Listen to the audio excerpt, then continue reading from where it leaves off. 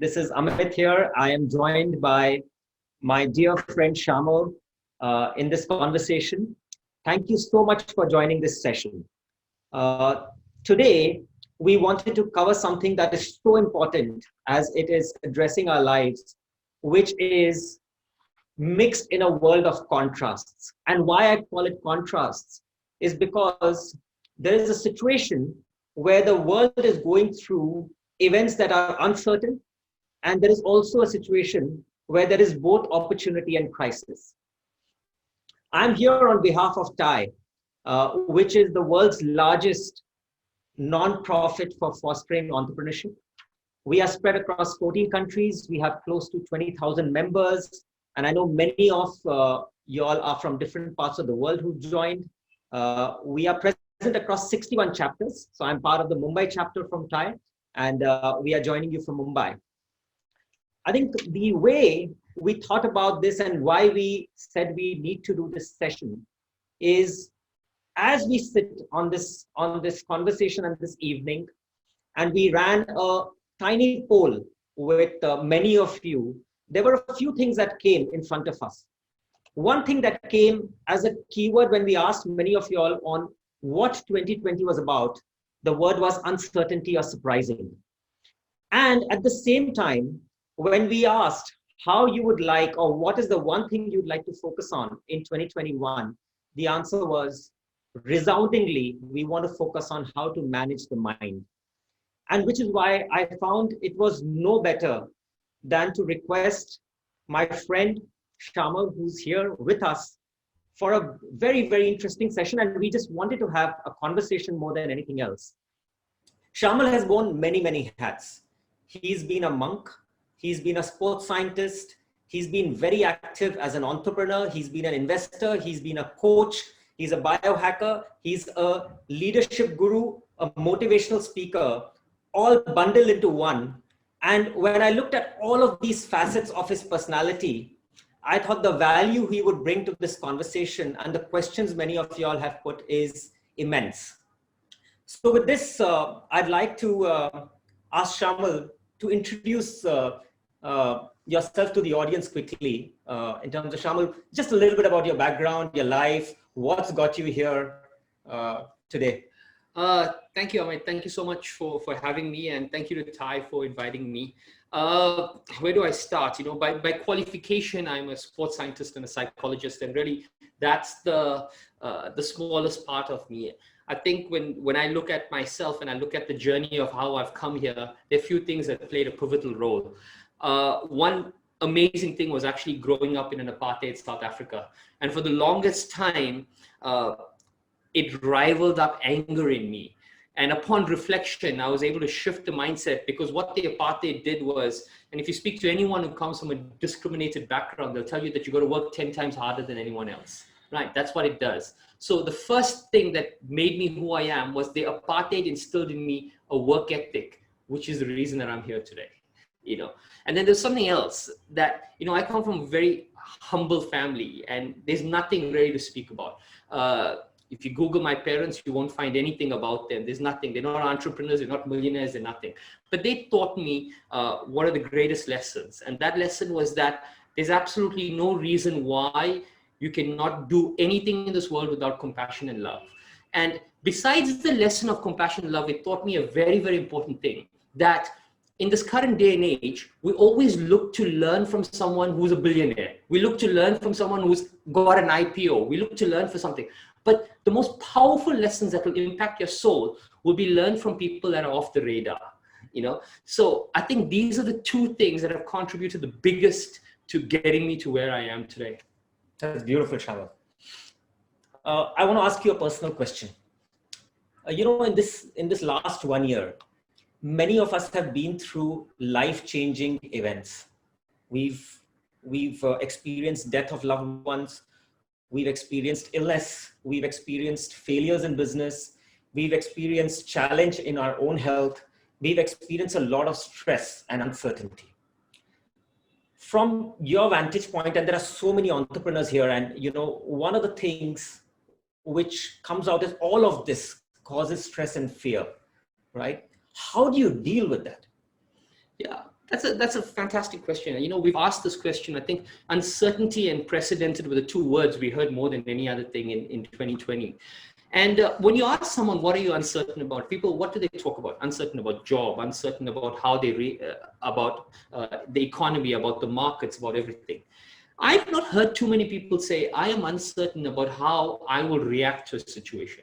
But the truth is that every situation in life has an internal and an external lens.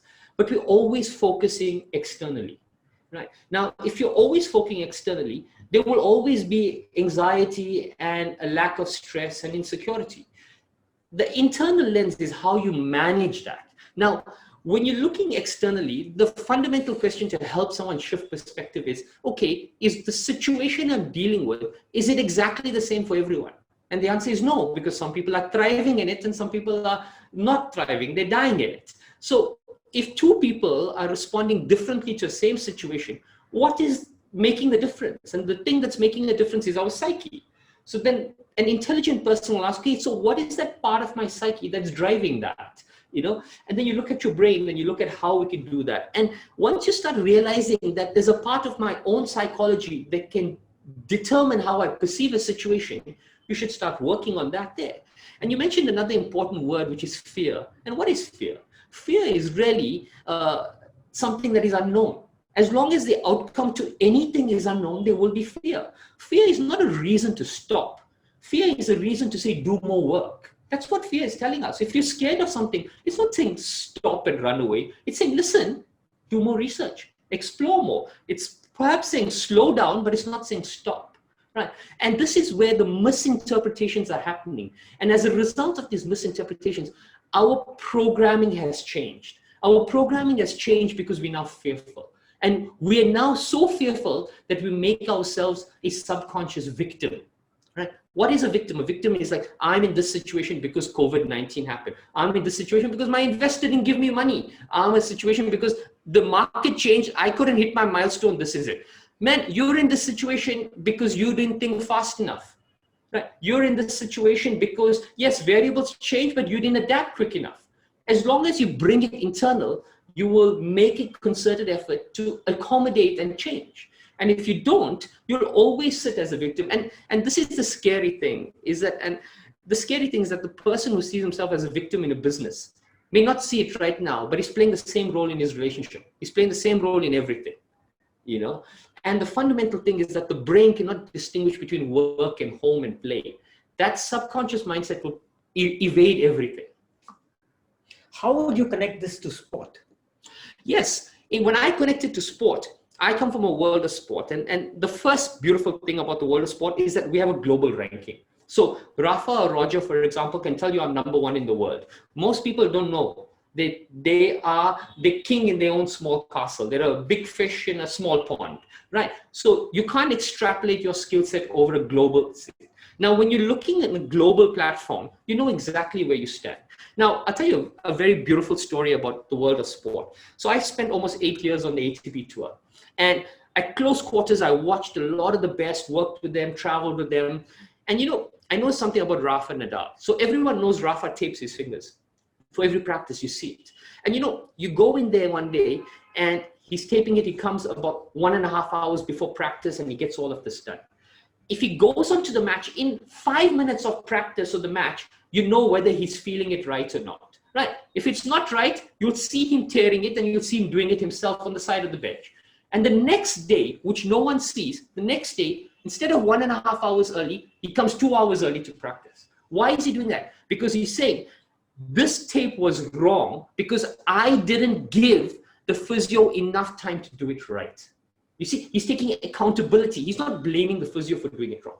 And the one fundamental difference in sport is the best accept accountability and full responsibility for every thought, feeling, and action that they have.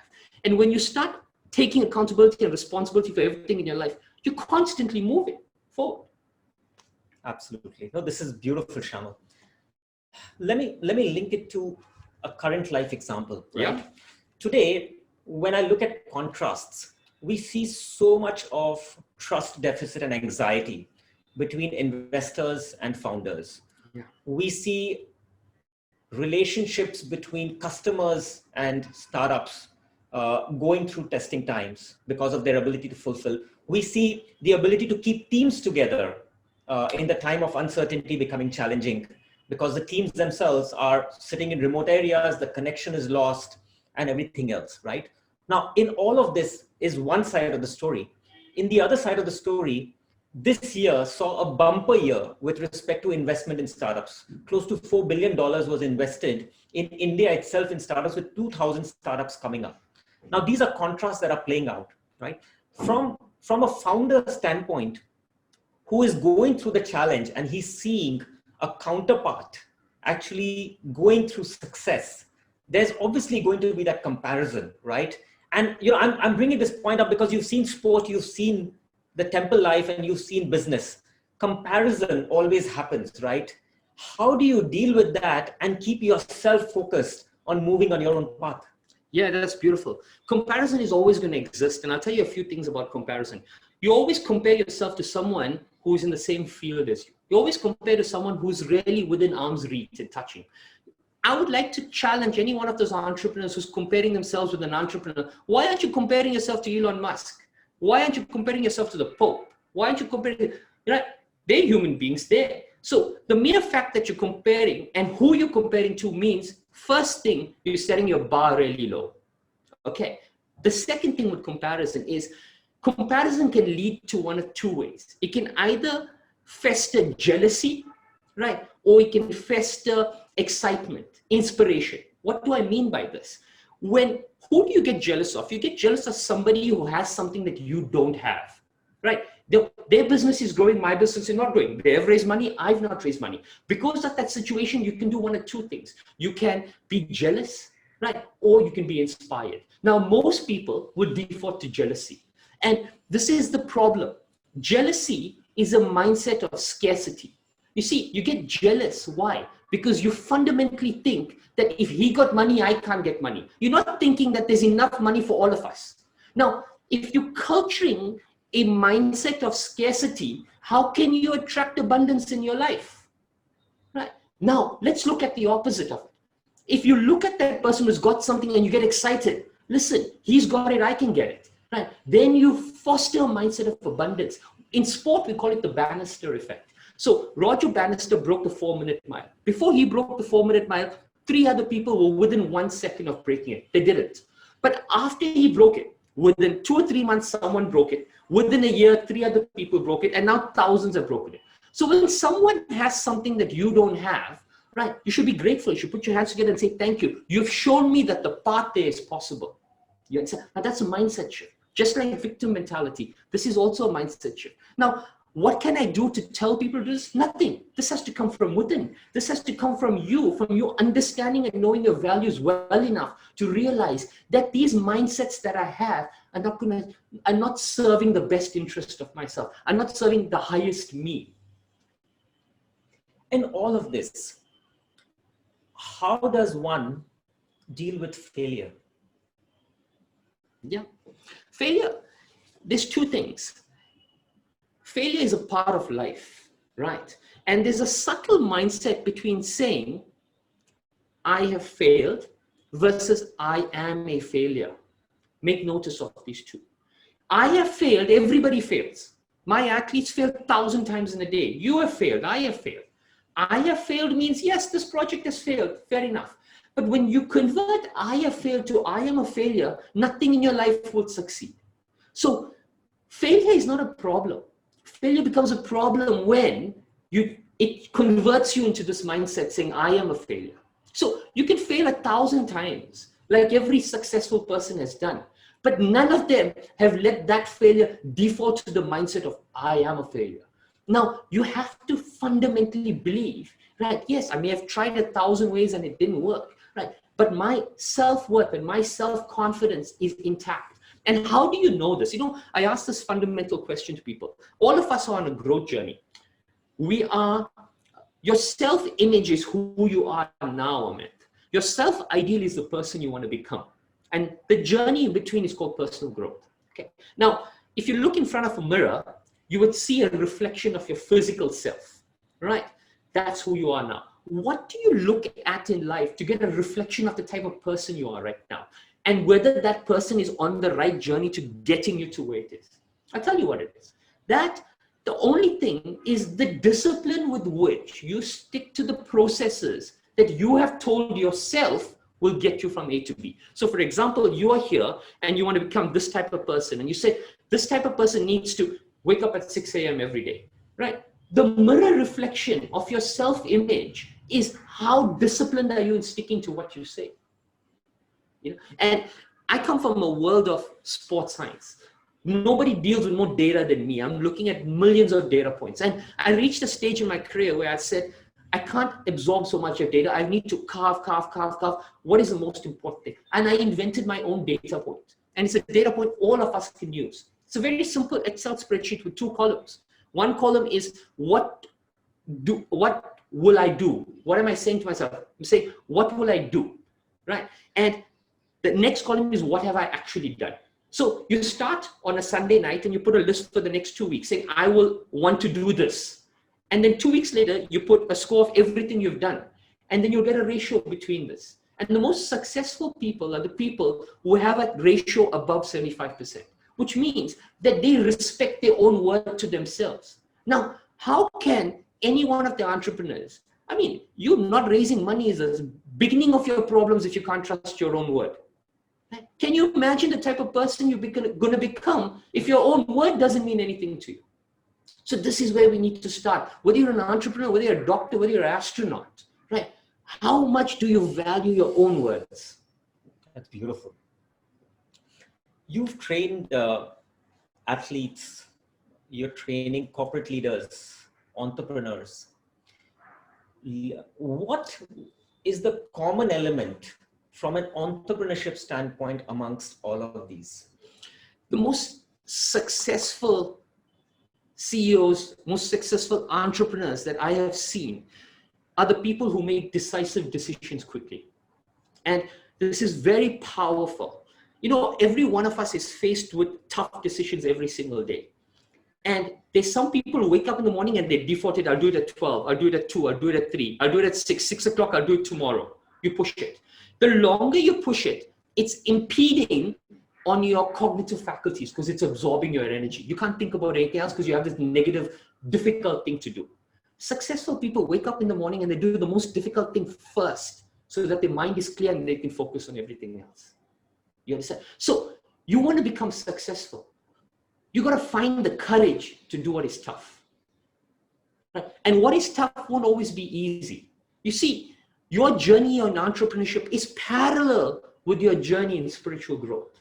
You have to see everything as a challenge, right? And the way you rise up in your challenge has to be in alignment with who you are as a person. When your values are aligned with this, you will grow, you will flourish, you'll deal, you'll sleep. No matter what decision you make, you'll sleep well. On values, Shayamal, I think one of the fundamental pieces that work in, you know, I come from a corporate environment and I look at relationships, right, between my colleagues. One of the things I think which is most important is trust, right? And to me, trust is a two-way street. In this world, when people are not meeting each other, when they are disconnected, when there's so much anxiety, how do you build and sustain trust? Yeah, it's a great question. There was a psychotherapist, his name was Lester Lubowski. In 1976, he did a beautiful study where he looked at 100,000 transcripts and he realized something. He says, every person on earth, irrespective of who that person is and what they're doing, wants a few things. They want to be understood. They want to be empathized with. They want to be respected. They want to be seen, valued, and treated fairly. 6 things, plus, that's it. Right. Now, how do you build trust? You make sure these 6 things are taken care of. Right. Now, this doesn't have to do with an entrepreneur or anyone else. It just means that, listen, respect and see the human in it. Right. You may not be able to help him, but you can communicate that you can't help him, but you can still listen. You know, fundamentally, when I coach people, I tell them, if you want someone to trust you, you need them to listen to you. If you want them to listen to you, the good chance is listening to them first. When you give someone an opportunity to say everything that they want to, they're more likely to listen to what you say. So, you know, look at things from this lens. The other fundamental problem is that we seem to operate with this mindset that, and spirituality teaches you this, that two opposing truths can coexist. Right? No, I don't have to be wrong for you to be right. No, where did this come in from? Why can't both of us be right? Two opposing truths can coexist. Fundamentally, entrepreneurship, in the boardroom battles, we think one person has to be right. That's not true. Everyone is figuring it out as we move along.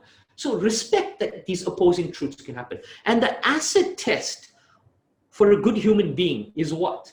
The acid test is, can I have an opposing truth from another person? Can I have a differential opinion and still maintain a good friendship? That's the acid test of being a good human being. What is the one lesson you took away from the sports field and the one lesson you took away from the temple when you became an entrepreneur? So in the temple, there was something really beautiful.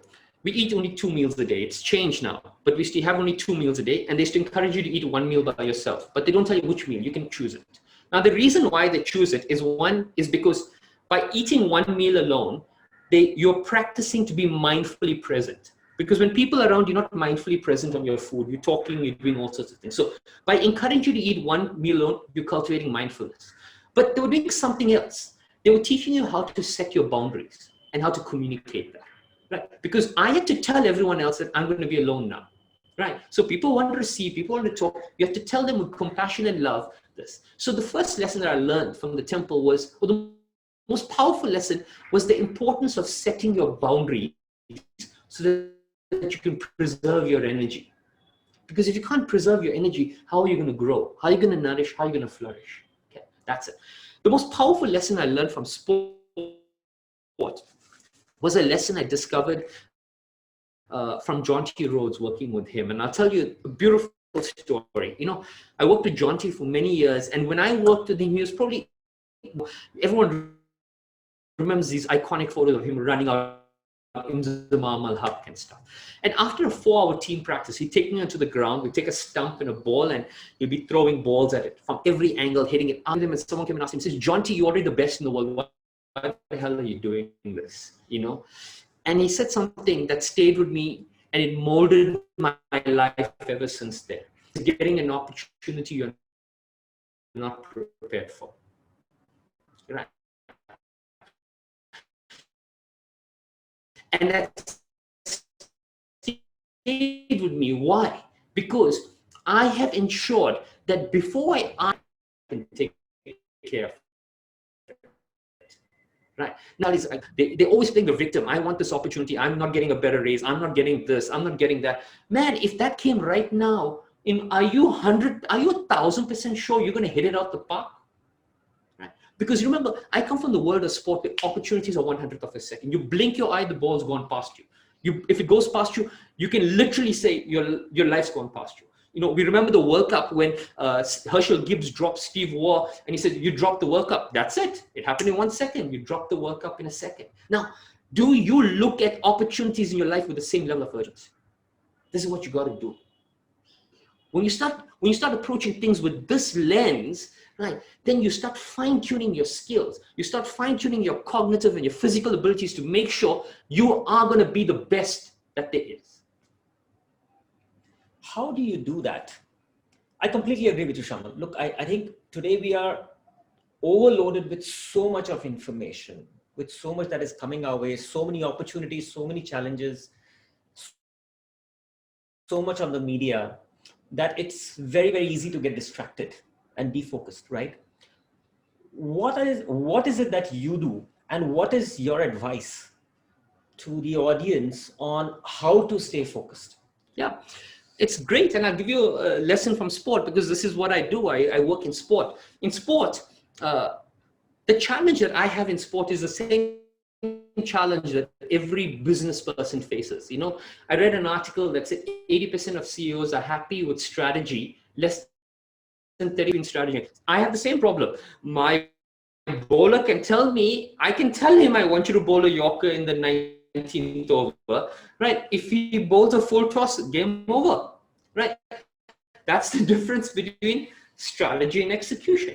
Now, where do you close the gap between strategy and execution? Is in practice. We do something called the penalty for failure, right? Now, in life, there's a penalty for failure with everything, with every mistake, right? So in the game, if a cricketer, for example, I'm using the example, if he oversteps 100 and go for 6 runs, there's a penalty.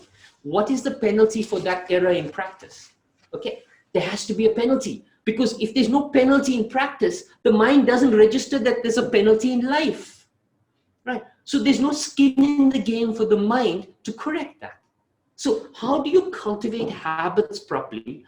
You bring in penalties for failure into the habits that you want to cultivate. Make sure your brain registers that if I don't bloody get up and do this, right, that's what the brain needs for behavior change. So this is how I train champions. The bigger the failure, the bigger the penalties.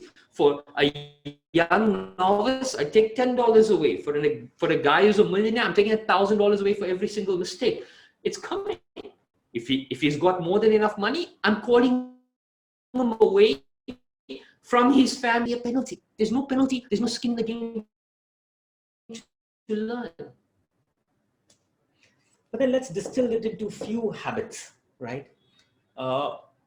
When you're bombarded in the day with multiple, and I'm getting very tactical here, Shayamal, with multiple calls, multiple meetings, so much going in and out, right?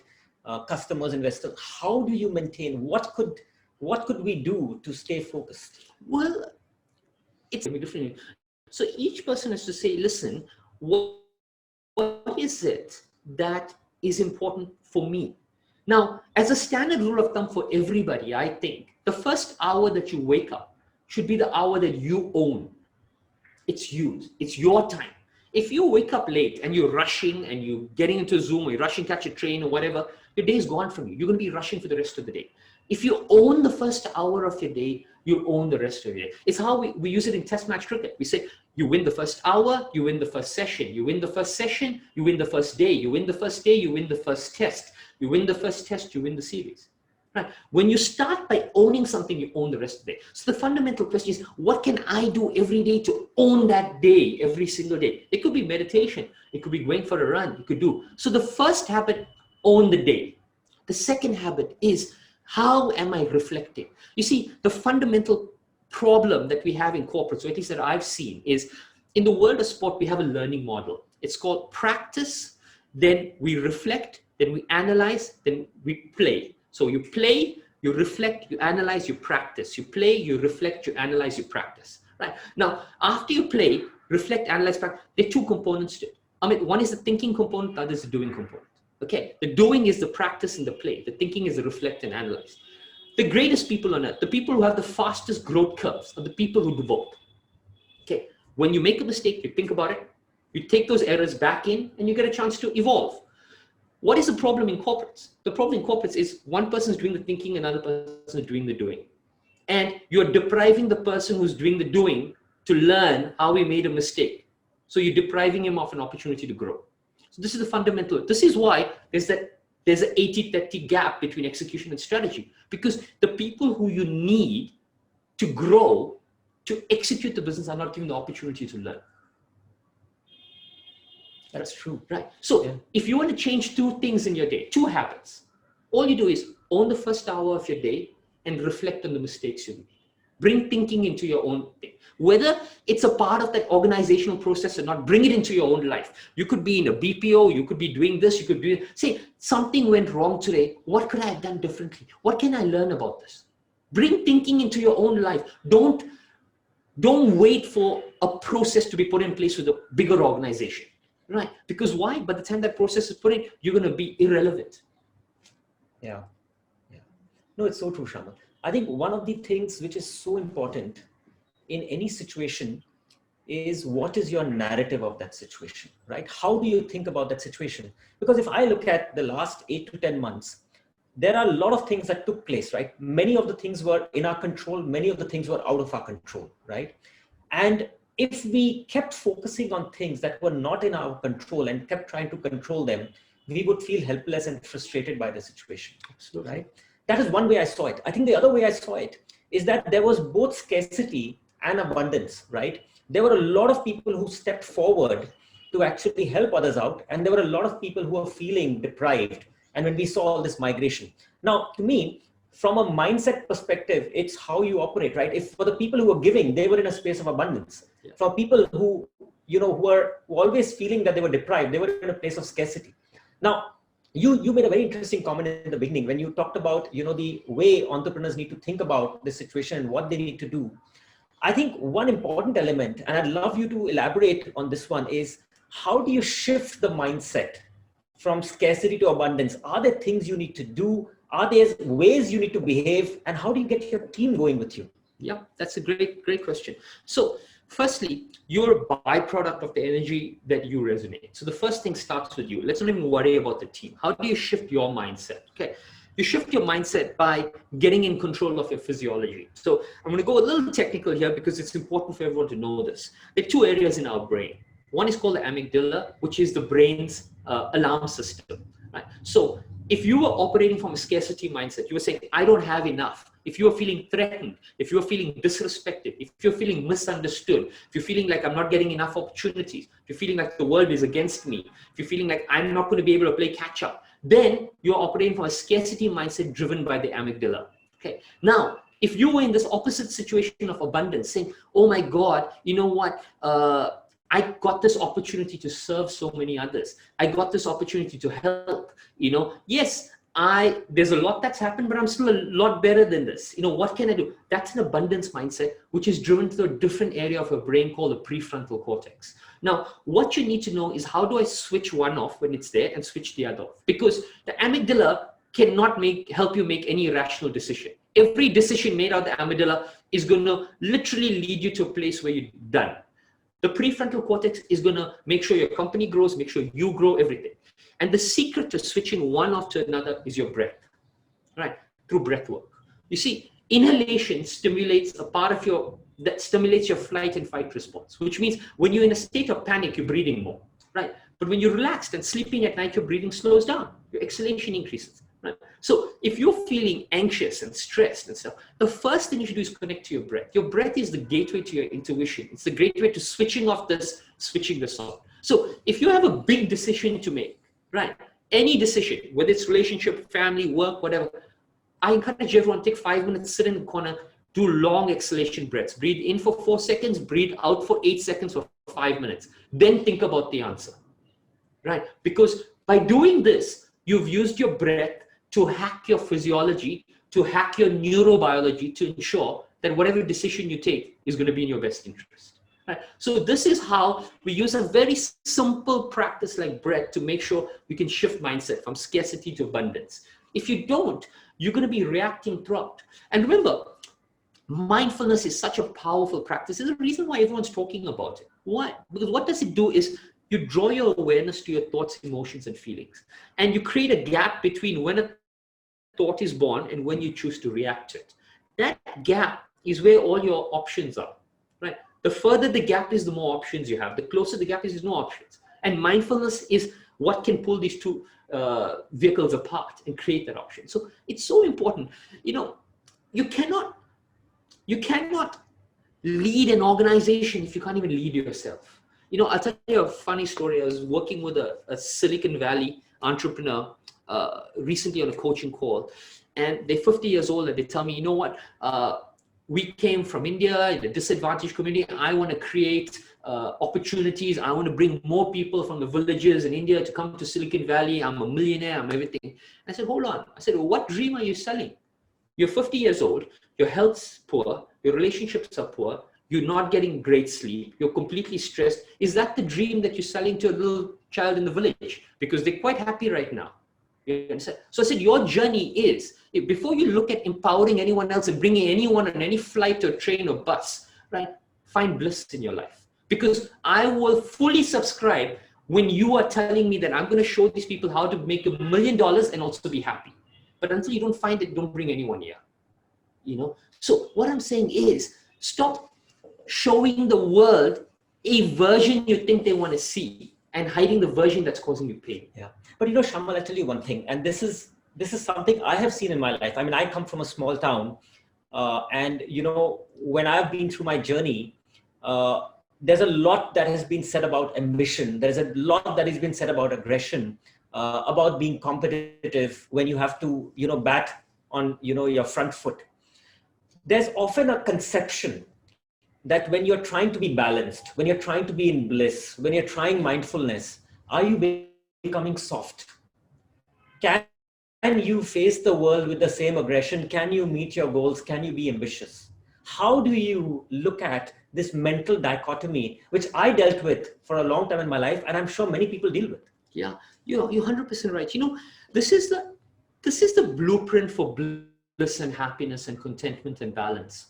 There are two words that are associated with. Whether all of these good things that you want have a sense of ease and effortlessness to it. If there's friction, there's discontentment. You're unhappy. So anything you're doing with friction will always bring unhappiness or discontentment, right? So yes, when someone tells you do this, the way to ascertain whether it's for me is the yardstick is how easy and effortless am I able to execute this? Because that is the only thing that will bring your life into balance. That's what, because balance and beautifulness and happiness has to be easy and effortlessness. And, I was peeling away the layers last week of that negative self-talk that goes in my mind. I was running on the treadmill and it was really difficult. And when it got difficult, I remember a voice coming in and he said, oh, you could do this push. I remember motivational stories flying in my head. And then I pushed past and I kept going. And I was like, where did this come from? Where did this voice come from where I need to push each time? I'm saying I'm doing something, but there's so much of inertia I need to overcome. This is supposed to be beautiful. Why can't that voice help this easy? Why do I have to fight to get everything? Right? And then I realized something so powerful. I realized that every voice in your head is a mirror of a person that existed in your life. Yeah, but Shayamal, and this is one of the questions. I'm moving to a few questions. There have been beautiful ones asked, but on this balance, there's a question that is there. In fact, 2-3 of our audience have asked this. How do you find balance when you're bootstrapping, when you're working 12 to 15 hours a day? How do you find balance? And what is balance then there? Yeah, beautiful. I mean, I wrote a whole book on balance, and the few things I can tell you about balance is one of the biggest misconceptions about balance is that it's symmetrical. Balance is not symmetrical. When we look at a representation of balance, we think it needs to be equal and opposite, but it's not. If you look at nature, the best representation of balance, right, is the golden ratio, and no part of it is symmetrical. So first thing, don't think that equal and opposite is balance. It's not, right? The second part of balance is that the fulcrum, the thing that it's balancing on, is the most important part. Now, the mistake everyone's making is that, you see, to find balance, work is one vertical of your life. Your anchoring point in life, your balancing point may not necessarily be in your organization. It could be in your relationship. It could be in your spirituality. For me, it's in my spirituality. Anything goes off in my life, I default to chanting. Chanting is my anchor, which knows how to bring me back. So the question you got to ask yourself when you're attempting to bring balance into your life is, what is my stability point? When everything hits the ceiling, where do I go to? My athletes will default to their body. They'll go on a run. They'll go play golf. They'll do something. Why? The mind clears when their body is moving. For me, it's sitting and meditating and chanting. The mind clears. What is it for you? Yeah, but for entrepreneurs, again, I mean, and especially people who are up on their build-out journey, we notice they work for 12, 15 hours a day. And, one of the questions here is it justified that you risk your health at the cost of all of this build-out? Yeah, it's no one would subscribe to risking their health. And I think fundamentally nobody is aware of what they're risking. That's the problem. Yesterday I was putting let's reframe this so that they can understand the level of urgency versus the risk they're taking. Okay, the average entrepreneur in this country is probably, let's say, average 30 years old. Okay, the life expectancy in India is 69 years old. Okay, we have got a diabetic population about 80%. 1 in 4 people above 40 will suffer from a stroke. Okay, now the retirement age is 60, right? So look at the retirement age minus your current age. Look at and start counting backwards and have a look at, what you're trying to achieve, right? What you're sacrificing to get to it and how much time you'll actually have to enjoy it. Right? You see, the thing with urgency is, if I ask you to count from 1 to 10, there's no level of urgency. If I ask you to count from 10 to 1, there's a lot of urgency. As you're getting down, you're getting this sense of panic. Why? Because it's getting zero. It's getting close to zero. Nothing's going to exist. And fundamentally, we count time moving forward, but time is going backwards. We're losing time every second, And because we're counting it in the wrong direction, we don't understand the level of urgency. So why I'm saying this is because entrepreneurs are counting time forward, not realizing that the sacrifices they're making today they're going to pay the price later. If they started working backwards, they wouldn't make such decisions like impacting their relationships and impacting their health as much. They'd be more mindful of it, And every single one of us is different. At different stages of life, you have different battles. So for some person, 16 hours of work may be okay. For some person, 12 hours may be okay. But and the only way to deem it okay is if you understand what are the consequences of what you're doing. So someone has to take a page and write it, saying, I'm working 16 hours. Am I happy to work 16 hours and make $1 million? But it comes at the price of having diabetes, or it comes at the price of this chronic disease, or it comes at the price of having not had a decent conversation with my parents in 2 years. If that's an acceptable price, go ahead. No one can do anything. But if it's not acceptable, then look at where I'm going to make this adjustment. But the last thing I'll tell everyone is that everybody seems to think that we are in a situation. I want you to know that every situation you're in, you've created. So if you are sitting, and I tell this to all entrepreneurs, if you are sitting and you feel the need to respond to a WhatsApp at 1 o'clock in the morning, it's because you've responded to a WhatsApp at 1 o'clock in the morning that the person thinks it's okay, right? You are in that situation because you've created that situation. But there is a silver lining that whatever you created, whatever you conditioned, you can uncondition. It'll take 6 months, but you can do it. So frame the world you want and then work towards conditioning that world. That's amazing. I relate to that, Shayamal, because when I look at the 4 axes of my life, and I look at my life as a table with 4 legs, it's my personal growth, it's my health, it's my work, which is my profession, and my relationships. And if all those 4 legs are not healthy and sturdy, then the table is not going to be balanced, right? Now, I may focus on one of those 4 legs at one point of time, but I have to keep in my life all those 4 legs equally in view, right? And it could be juggling balls. I mean, life is all about juggling balls in the air. Yeah. Now, one of the things, I've always believed is, and which is an asset to us, is our energy. Yeah. And we may have all the intelligence in the world, but if we don't have the energy, then we can't do anything with that intelligence, right? Yeah. And this is also a question that has been asked. How should entrepreneurs manage their energy? Yeah, beautiful question. Firstly, make a list of everything that's depleting energy, and then make a list of everything that's adding energy to you, right? So most entrepreneurs are in a situation where you can list 10 things that are taking energy from you. You can't even list one thing that's giving energy to you. You can say it's your family, but then peel away the layers of how that family is adding it, right? You see, most people are not even honest with themselves, right? They can't even answer. When I work with people, first answer I get, I scrap it and throw it in the bin. I said, that's the answer you think I want to hear. What is the answer that you want to tell me? Right? So have a look at where you're giving energy, and then have a look at where you're getting energy from, right?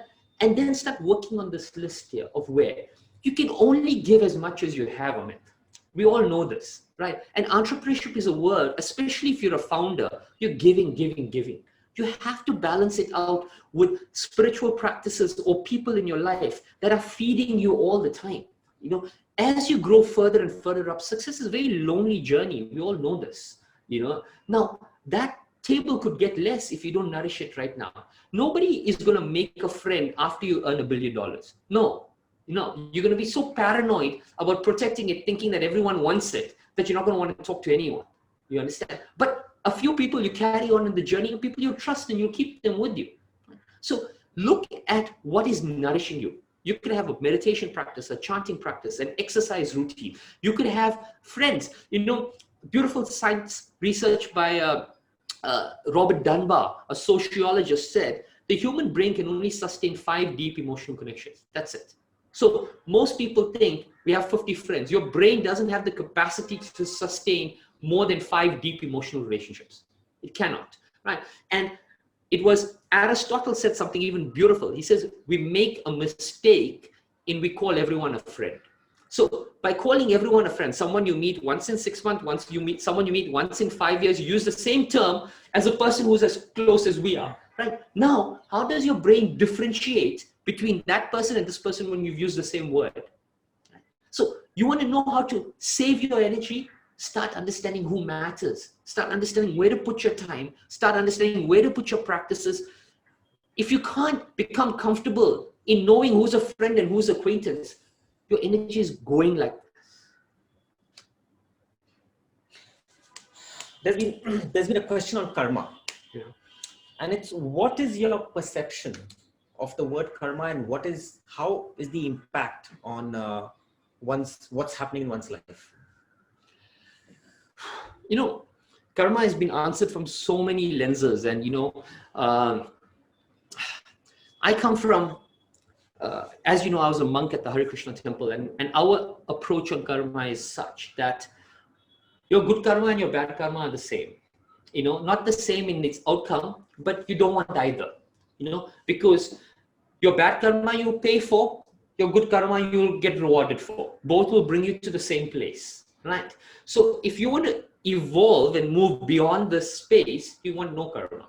So we come from a mindset of service where we do everything in the service of God. And when you do something in the service of God, there is no karma attached to it. You come from that mindset of service, Now, I think, so this is the approach that I take with karma, right? Is every single thing that I do it in service, right?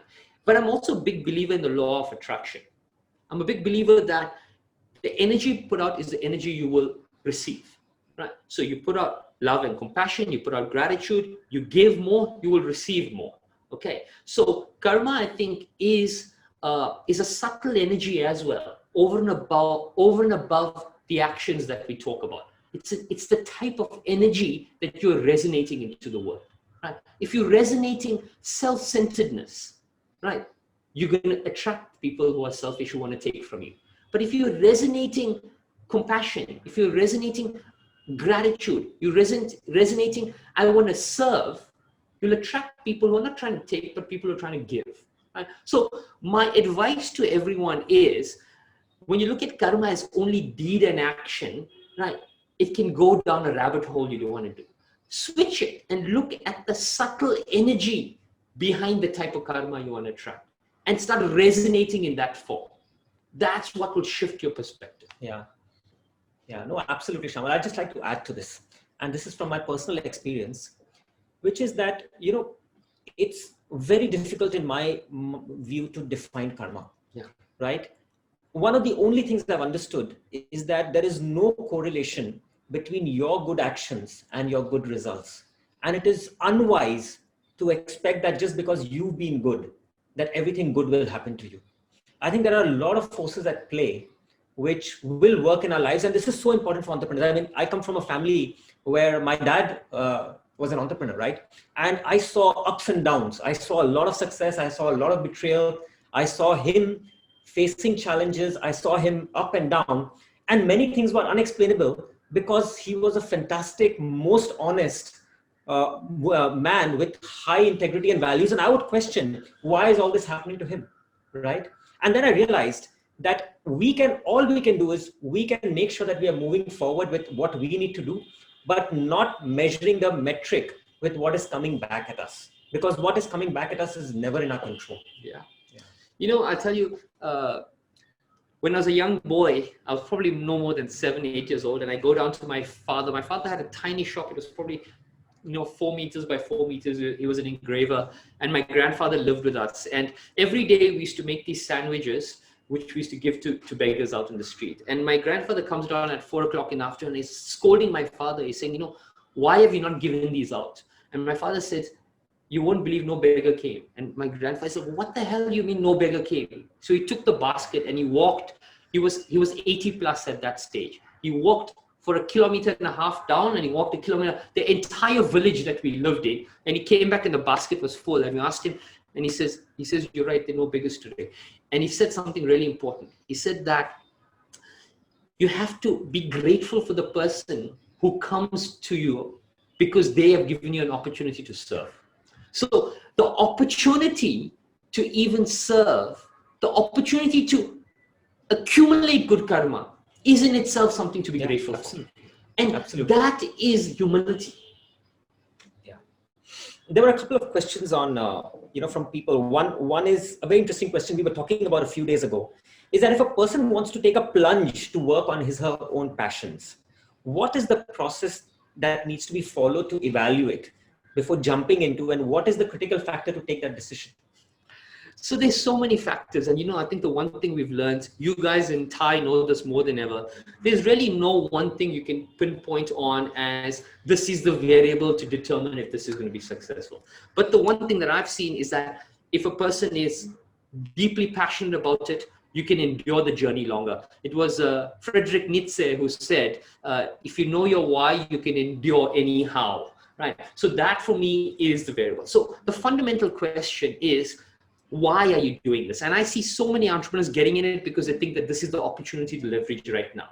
That opportunity could change tomorrow, it could change next month, next year. Right? But if you're deeply passionate about something, right, then you'll sustain any journey. I mean, my life's an example. I got into sport because of the apartheid system. I got into sport because there was discrimination in the apartheid. I wanted to eradicate it. The pain of apartheid was so painful that I was able to endure not earning for 10 years. Right? That's why I'm still in it. Right? But if there's no passion behind why you're doing it, okay, you'll never be able to sustain it. So the fundamental thing is, how deep is the hunger and desire to want to make a change in that field? How does one handle conflict? Yeah. Conflict can clarify if you're willing to approach it from that lens. Now, one of the fundamental things about conflict is conflict comes from a lack of communication. A lack of communication comes from a lack of awareness, right? You see, if a person is not aware of what they want to communicate, it will be very difficult for them to express what they want to. And conflict will arise from poor communication. It always arises. There's no other reason why conflict would arise.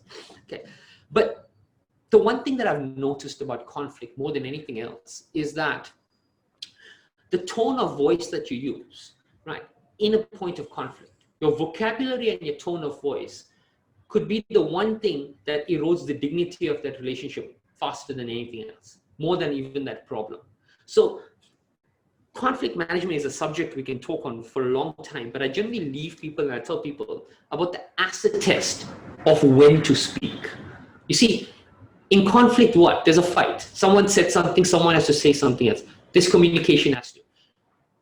Communication will inadvertently happen, right? Whether you're mindful or not, you'll start fighting.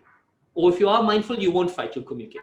The fundamental question is, when should I start communicating? And when should you start communicating? When you are in control of the words you can use and the tone of voice you can use. If you're not in control of your tone of voice or your vocabulary, do not begin a conversation, because that's the fastest way to erode the dignity and the fastest way for you to make sure that you're going to act in a manner that's unbecoming of you. Yeah, that's so true, Shayamal. And we've got 5 minutes, and there are lots of questions. I'm going to ask you a couple, but before I do, I just wanted to share, folks, that we're going to do this on the 3rd Saturday of every month. We're going to cover topics of balance, mindfulness, peak performance, leadership, and I would really want you, your friends, everyone to be part of this, because I think it's such an important journey that we are trying to take with each of you. So please do tune in. We'll share more details with you. Shayamal, there are a few questions which are, very tactical in terms of people would like to know habits to stay mentally fit, physically fit. What are some of the things they can do or integrate? I mean, you spoke about breath work. You spoke about focusing and keeping a lot of ownership of the first hour of the day. You spoke about the tone of your voice in conflicts. But in terms of a few habits that could really work for entrepreneurs, what could they be? Okay, so beautiful. The first habit that an entrepreneur should try to bring in is to own your sleep. Right? Sleep is the most important variable for rejuvenation recovery. If you're sleeping poorly, you're impacting your productivity next day. Most entrepreneurs seem to think that because they're awake and they get to office, they're functioning productively. Now, how do you own your sleep? Your body has a natural biological clock that will wake you up after 5 sleep cycles. The problem is we do not go to bed at the same time. So the first habit you need to cultivate is go to bed at exactly, give or take 15 minutes at the same time, right? If you do that, you'll start regulating your clock. And when you regulate your clock, you start waking up at the same time, right? This way here, you can start managing your day and taking control of your day. The second thing is start operating in alignment with the circadian rhythm, which means the morning is the most productive time. Don't waste that energy giving it to someone else, right? If you're an entrepreneur, spend some time on yourself, spend some time on thinking, spend some time on processes. Whatever can be done internally, the most important things, do it before 12 o'clock. Don't give that time, because after this, your productivity drops quite drastically. Okay. Then the next thing is, I've been studying Vedic science and ancestral wisdom for a long time. And for someone who's biohacked the body for almost 2 decades using technology and all sorts of things, I now defaulted to using Vedic science. And Vedic science says a few simple things. It says that the body needs to work in alignment with the 5 elements, which is earth, fire, water, air, and space. Bring these into your life, right? So what does that mean? So earth means eating plant-based foods, right? The more plant-based foods you have, the more healthier your body will become. Okay. Water is not just drinking water, but it's eating what's called water-rich foods, right? So eat foods that release water, because that's the fastest way to hydrate the body, not actually drinking. Okay. Fire is eating sun-ripened foods, sunbathing, even sun gazing. So to absorb the energy of the sun, which gives life to everything, you should look at the sun early in the morning and just before it goes to set. So sunrise and sunset. Then air is breath work. Breath work is an essential element to balance your energy. When you balance your energy, you can operate optimally. Okay. And the last is space. The space is fasting, right? And the reason why fasting is so important, because fasting is a means of cleansing the body. You see, Vedic science says something very beautiful. It says that disease can enter the body, chronic disease, through one of 2 ways. Through your mouth, which is the food you eat and drink, and through your brain. Your brain is the quality of your thoughts. Okay, fasting is a method to cleanse both the body and the mind. And for entrepreneurs out there, I want you to know that I've given you tips to heal the body, because your body is the vehicle through which you can achieve everything in life. If the vehicle is unhealthy, right, your mind cannot achieve anything. A healthy mind will reside in a healthy body. So it's very important for you to understand this. And when you're making certain sacrifices, understand that the repercussions of these sacrifices may not be tangible right now, but they're far greater and far reaching than you realize at this particular point in time. But what do you do about companies that are, so there is a natural practical issue here as well, Shayamal, right? A lot of entrepreneurs, especially tech companies, are servicing the West, where they have to move their entire body rhythm to the afternoon and late hours of the evening. And then you end up eating into the wee hours of the night, and then your sleep gets distorted. Now, how does one manage that situation? Amit, we are managing the situation in the best way we know.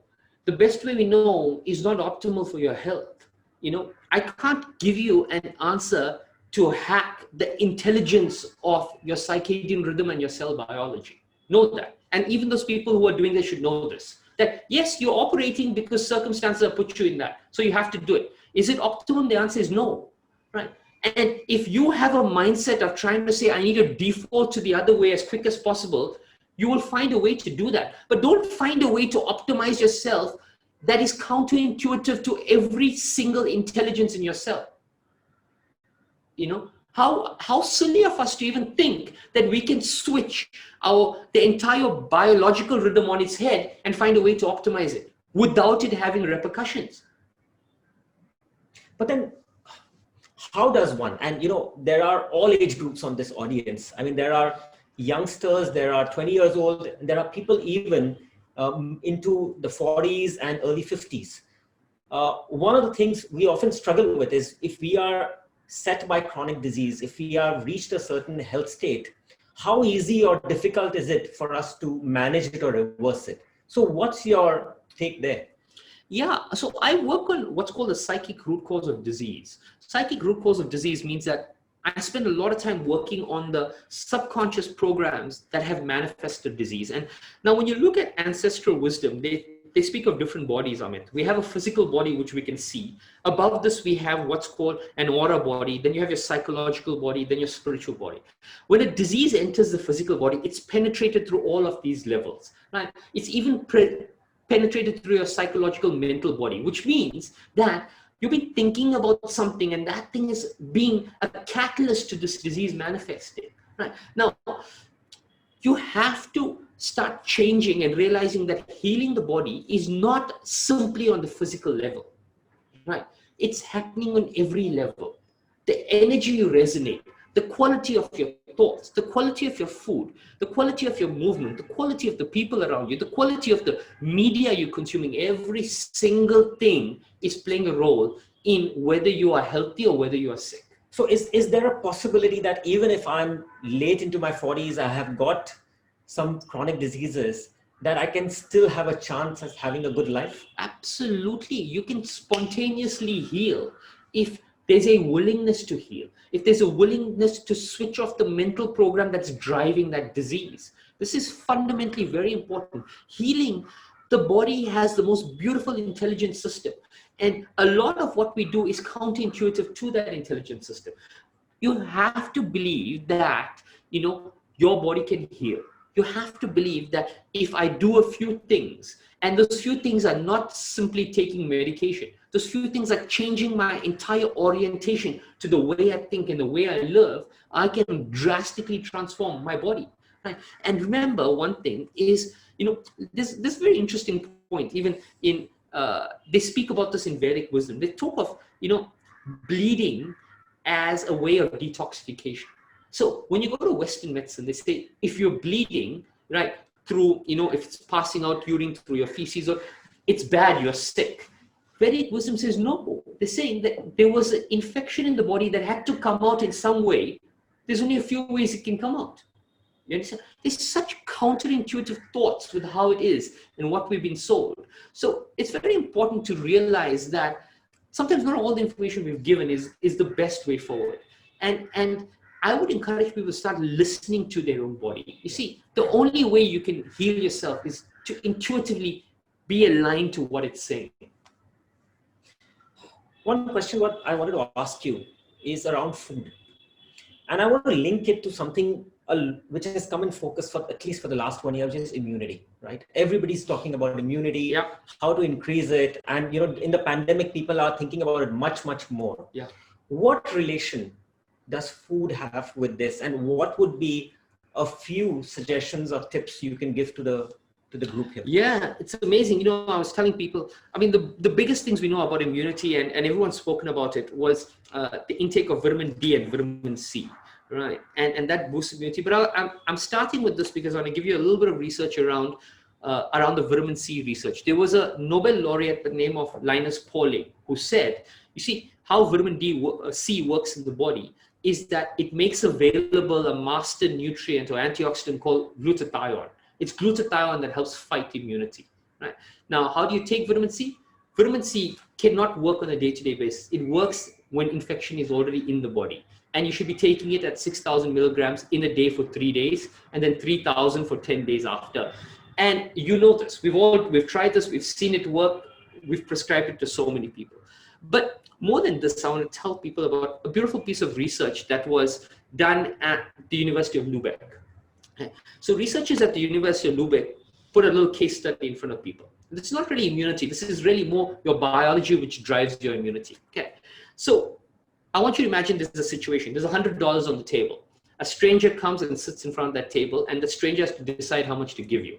So the stranger decides, I'm going to give you only $10 and I'm going to keep 90. Now you have a decision to make. You can either choose to accept it, and if you accept it, he gets 90. If he rejects it, both of you go away with nothing. So they took 2 sample groups and they fed them 2 types of breakfast. One was high carbohydrates only. The other was high proteins, high fats. And they found the group that ate high proteins and high fats were more likely to accept the $10, take a little bit, and move away amicably from the table. The ones who ate high carbs were the ones who rejected the offer completely. right? And this happened within 30 minutes of eating food. So more than immunity, first thing I want to tell people is that everything you put into your body within 30 minutes is starting to impact the way you make decisions. Okay. Now we're seeing a direct impact on carbohydrates and decision making, firstly. Okay. Now it's a rapid cycle, right? So if you put certain foods in your body, it's impacting your decisions. The decisions are impacting what you're doing to boost your immunity. Okay, it's all a ripple effect. Okay, so the things that you can do to boost immunity, one of the biggest things is actually just getting sunlight exposure, which we don't. You know, there's an app called Vitamin D, D-Minder, which lets you know how much of sun exposure you need in a day based on a geographical location to get your optimum amount of vitamin D. Vitamin D is one of the best things to boost immunity. The second thing is hydration. You know, if a body is dehydrated, a body is stressed. If a body is not sleeping well, a body is stressed. A stressed body has a compromised immunity. We seem to be looking externally for so many things when our natural biological hacks are within arm's length, but yet we choose to ignore it.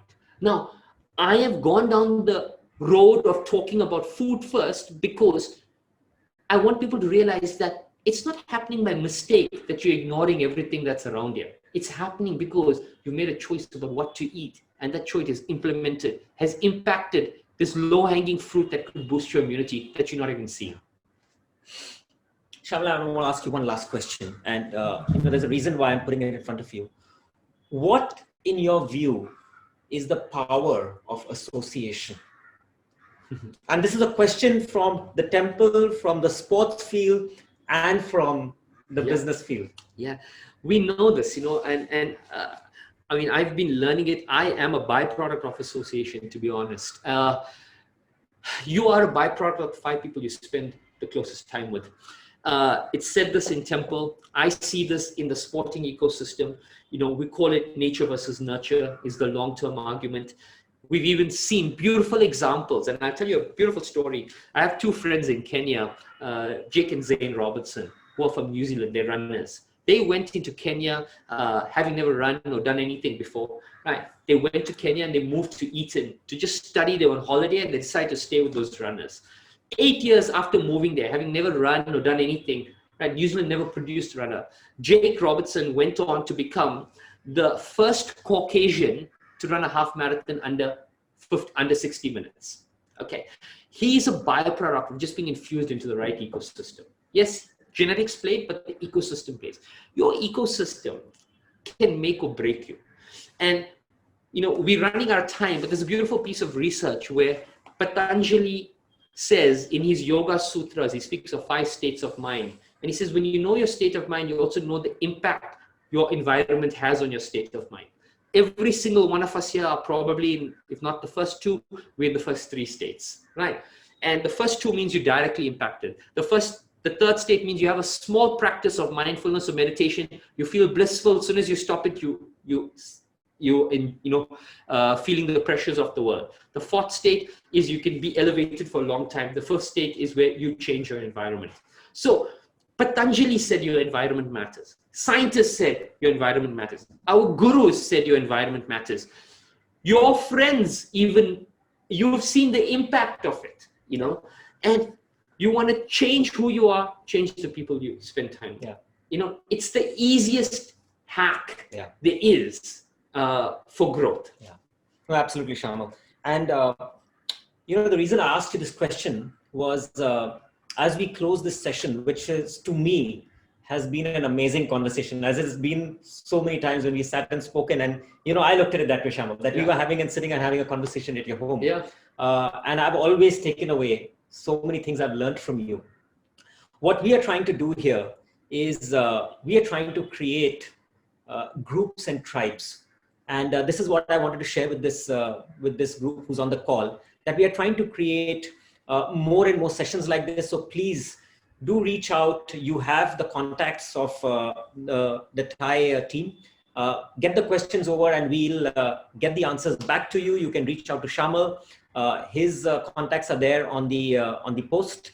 And more than that, what we want to do, as I was mentioning to you, was apart from having this session with Shayamal, with people who are really experts in their field, who can nudge you and who can give you a few things that can transform your life. We're also going to create cohorts and tribes for yourselves, right? We're going to create tribes to do meditation together. We're going to create tribes for cycling, for running, for trekking, for anything that you like to do. And this is a call to action for people who are from Mumbai or otherwise, but do try and create your groups, which we will help you do and pull people together along with experts. Because to me, if you are in this journey together and you make friends who have interest towards certain positive habits, actually it'll help you in the long run in managing any situation, because all of us are in the same situation in different lenses. And I may feel very differently about a situation than you will, but if you and I are connected and have something which is beyond that, which is of interest to us, we both can lend each other a hand. And that's the journey we are starting off from today. Shayamal, thank you so much for inaugurating this, for sharing your wisdom, which is invaluable. And we hope that you will be part of us as we go along. Of course. Thank you so much. Thank you everyone for inviting me. It was a beautiful session. Thanks. Thank you. Bye-bye. Thank you, Shayamal. Thank you, Amit. Session was very valuable, and we got great insights on well-being. Really, thank you. Thanks a lot. And look forward to such sessions.